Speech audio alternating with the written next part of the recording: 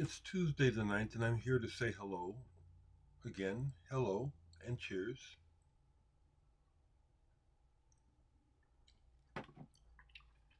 Making this at 7:51 in the morning. Coming off of 2 days of wonderful ears, and this is the return of the big whoosh, which will. It had gone on these last 2 wonderful days, which I didn't mention because I was just enjoying them. It's just like you just wish it would just stay like that, and then sure enough, so it'll be like this for days. But anyway, hello everyone. Um,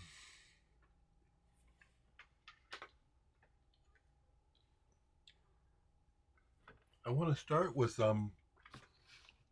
because I'm going to leave it. I actually meant to check, and I don't have.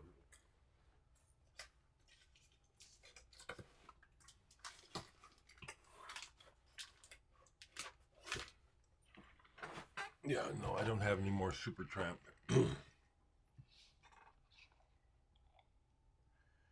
so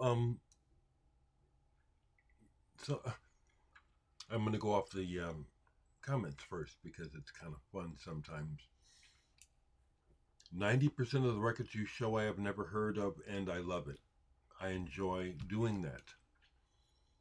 Someone said that thanks for your earnestness. We need more people like you. Just purchased 2 of your CDs.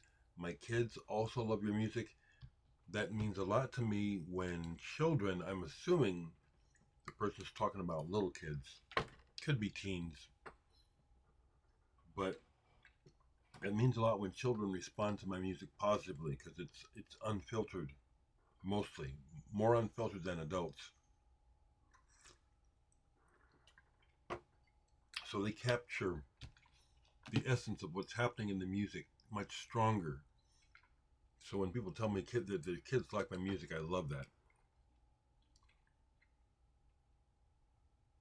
And then here's one from Spike W50, who I blocked. I was going to watch your video. I stopped. You started in on political BS. Read the book, The Big Lie by Dinesh D'Souza. Isn't it interesting that the sort of person that will come over here and say something like that, the first thing they tell me to do is read a book. I don't need to read a book. This is when I speak, it's from direct life experience. And the fact that the person has to speak through another person saying I read a book, of course, the comments to that person from others kind of seals the deal. It's like, this person doesn't know what they're talking about. If they have to tell me to read a book, they can't speak their own thoughts. I speak my own thoughts. I like what, again, folks, don't start doing this here because I'm just going to erase it all if that's what you want to start arguing over here. But someone responded to him by saying, I was going to read that book, but I stopped because it was recommended by a whiner who can't tolerate a few moments of pertinent political chit-chat. Thank you. And then another person went on, and I won't read it, but indeed, the person points out that what's going on here with this complainer is complete bullshit. I speak from experience, okay? I speak from experience, not reading books. And then the mention of In a Glass House being repurposed, I'm going to just use that word so I can avoid. I don't want to argue with anybody about anything, And people just seem to just want to just. It looks like people enjoyed the conversation, so I'll say that. And then the Bluger. See, that's why I'm proud of this, the way that I have been portrayed locally. Dereck Higgins, punk pioneer. Because even though both of my parents were musicians and I was raised in a musical house, I had the hardest time learning how to read music, so I don't know how to read music. I barely know what I'm doing technically, but I can make music and I can play, and I love music. And I'm not interested in technical stuff and gear. Really, very, very, very little. I have very little interest. So I don't know if my bass pickups are passive. Does that mean that they don't need a battery? I don't have a battery in my bass. That's all I know. Main thing I know is if it plays good, is the um, action good? How does the bass sound? I do watch some nerdy musical channels and interviews because it is interesting to me, but I don't retain that stuff like I retain um, facts and information about records. I just like to make music. I was about to say I just like to play, but even that is different now because I've been practicing, and practicing is more of a chore now than anything. I like to make music. I learned how to play so that I could play, not because I was wanting to become a virtuoso, although I recognize through practice and through the experience of doing hard practicing, I could become a virtuoso. But I don't want that. Excuse me.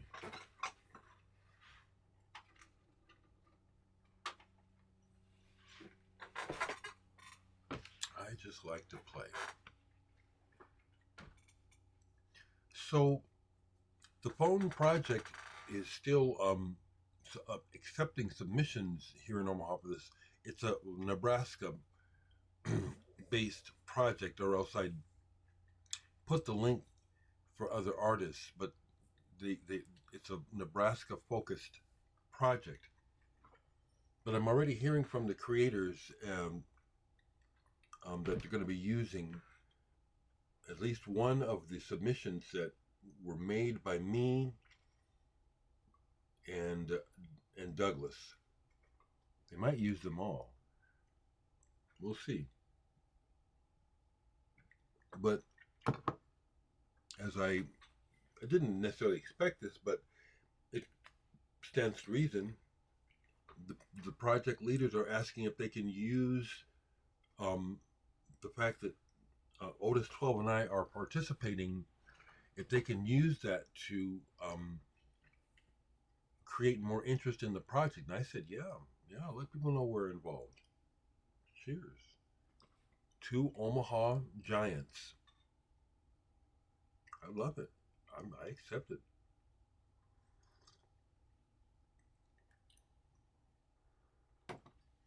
So, I have really been avoiding, although I check every day, I've been avoiding going down to the market to buy records. I have a portion of records set aside that's building for trade at Grapefruit. But Homer's usually it's a purchase. And yesterday, their used update showed a couple of records that I decided not to call because, again, focused on saving money. But the idea is that I'm kind of tentatively planning on making a trip down to Homer's today to check out the used section. If even one of those records that they showed yesterday is still there, then it was meant for me. It's nothing groundbreaking. It's an old album. I can't tell by the post if it's a reissue or not. But kind of thinking about going down there and seeing if that's there to grab it if it is. And if it's not, then I accept that I have more than enough records here to keep me busy. Mm.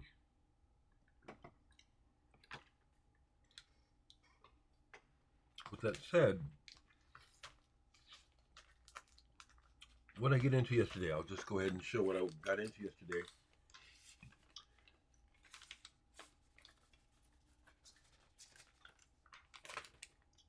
Records and music are a lifesaver. They sure are. So this is what I did before I showed it. Well, oh, I got it. So let me just see. See how I'm just popping off the top of my head. This was a record store reissue of a original Japanese only release of Herbie Hancock, Dereck Step. I like that cover. The children at the museum or whatever. Direct to disc. So I was yeah, let's see how this sounds. It's a really good cut. Butterfly is the feature on here that I like. The second side is just one track. I thought it was you, which is kind of light on the light side, kind of R&B-ish, but that was enjoyable. I love Herbie Hancock. Told the story of meeting him a few times. So, been dipping into old records. Like I said, kind of like, I'm not looking to downsize. I'm just looking to see if there's stuff that I can trade, you know.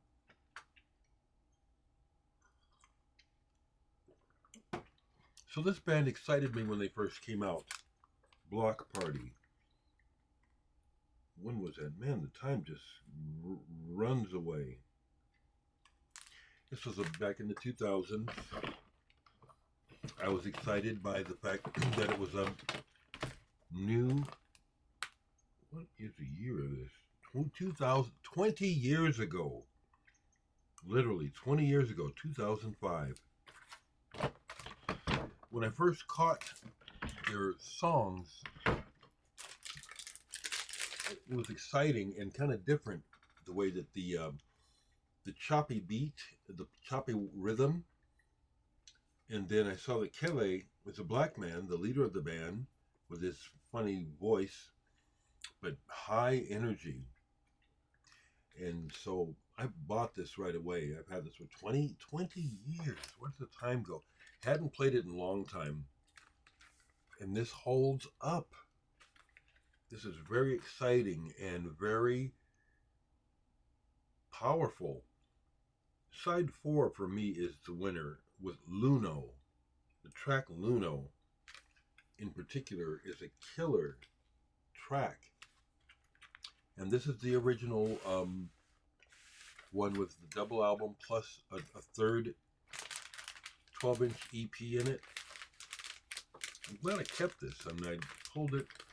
I said, man, yeah, this is still real good, real vital. And it's in the B section, the BL section. So I spotted this and told this. Here's another one where my shoegaze days are over as far as being a focus of music, but the songs that I like, I still like, and much of it is aging well. Not everything ages well, but Blind Mr. Jones. This is a retrospective double album with a single in it. These are young cats when they made this music, and you can hear it. They do. They sound like teenagers. They look like teenagers. But on several songs, particularly on the album Stereo Musicale, which is included here, the entire album plus other tracks, Henna and Suede, Dolores. I still don't pay any attention to the lyrics. Don't know what they're about at all. But the moodiness and the way that they play it, excellent. Blind Mr. Jones.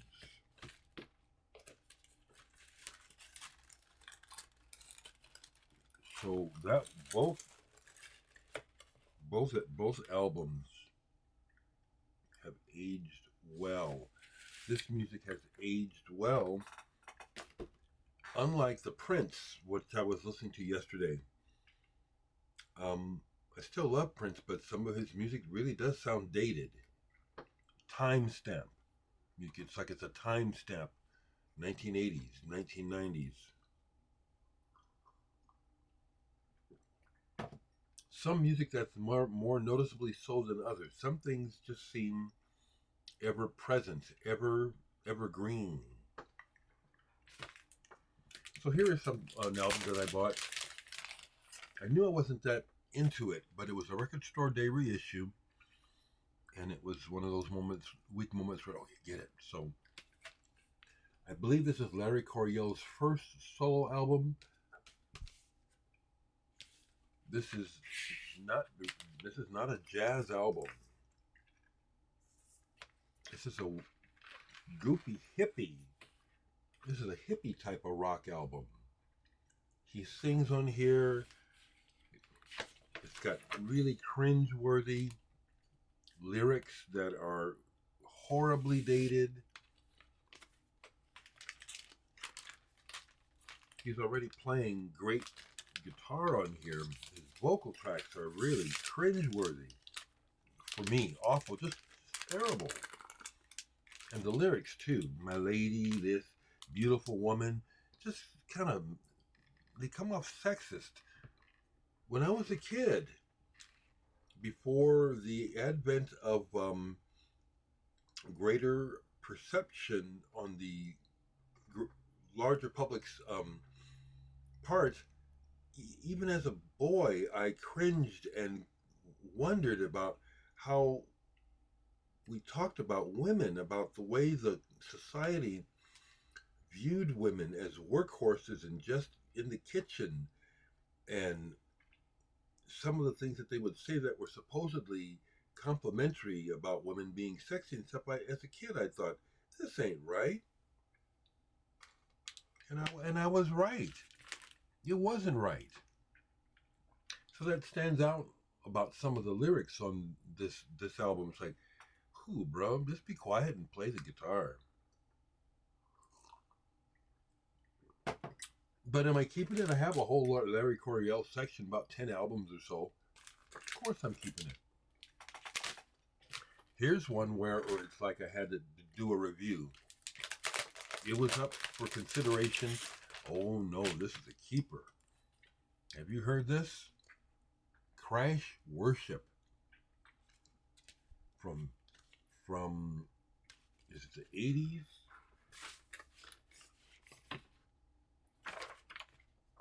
Still have the We Speak the Language of Crisis.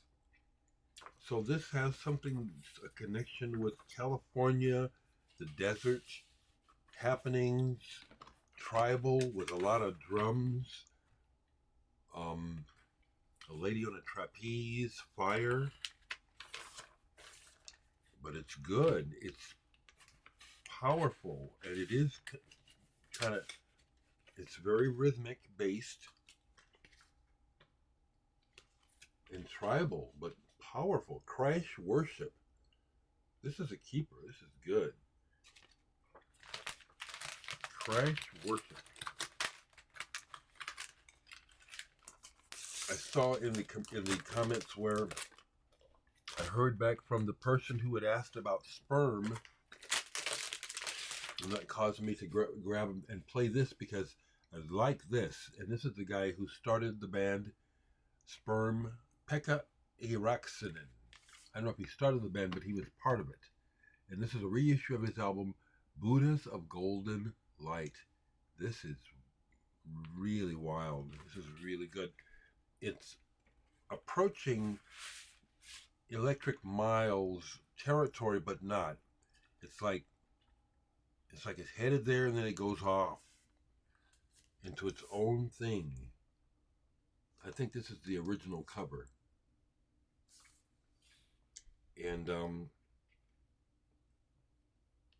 recorded in 1984.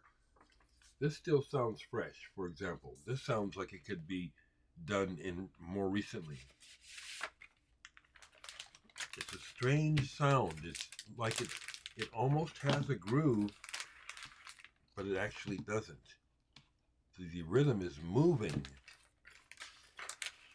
This is an interesting record. Buddhas of Golden Light. This is when Almost Music record store was open. The guy running the store, big collector of obscure avant-garde jazz. He's the one that turned me on to this. That's a good one. Anything else? Yes.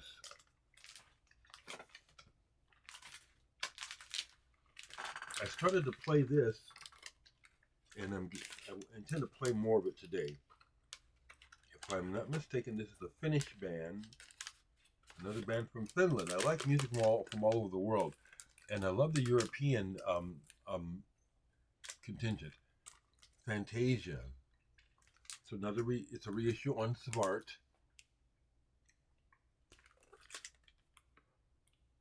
I think there's, Ronnie Osterberg from Wigwam plays on here. And this is Prague. I love this cover. I'm going to take it out. It's pretty fitting for the music. The story is in here. I know I've read it, but I can't remember it to tell you. That's another thing I like about the label Svart is they do it up. They give you lots of information. Look at that. Whole booklet, their whole story.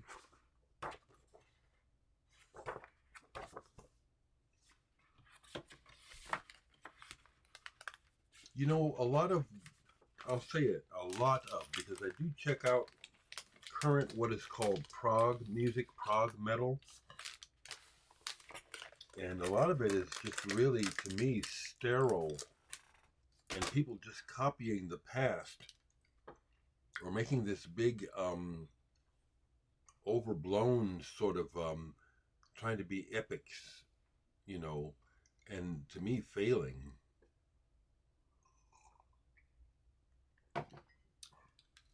There was a golden age of prog, progressive rock, and it's over to my ears. A favorite song by favorite musicians, and I had to play this several times because it's a very sunshiny, upbeat feeling type of song. Yukihiro Takahashi with Steve Jansen, Stay Close.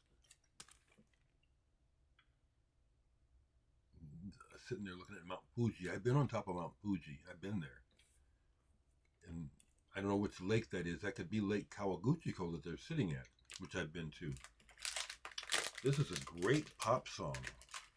It's a great pop song. It's about their friendship. Ain't nothing gay about this. It don't even matter if it were. Gay is human. But this is killer. Killer track. Very bright. Just pops. It just pops. It's a great song. Stay Close. And the B-side too, Betsuni.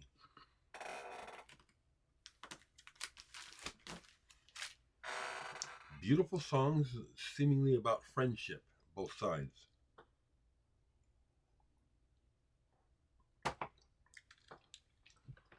Out for Play. I haven't got to them yet. And also, if you see this, Ari Mundal, who sent me this album recently, his new album, Songs for the Anechoic Chamber. I do intend to listen to this again and speak about it again, but hasn't happened yet. But Out for Play, I was listening to some Yes yesterday. I put those away already, because everybody knows the Yes albums. But this is still out, the Fragile Outtakes.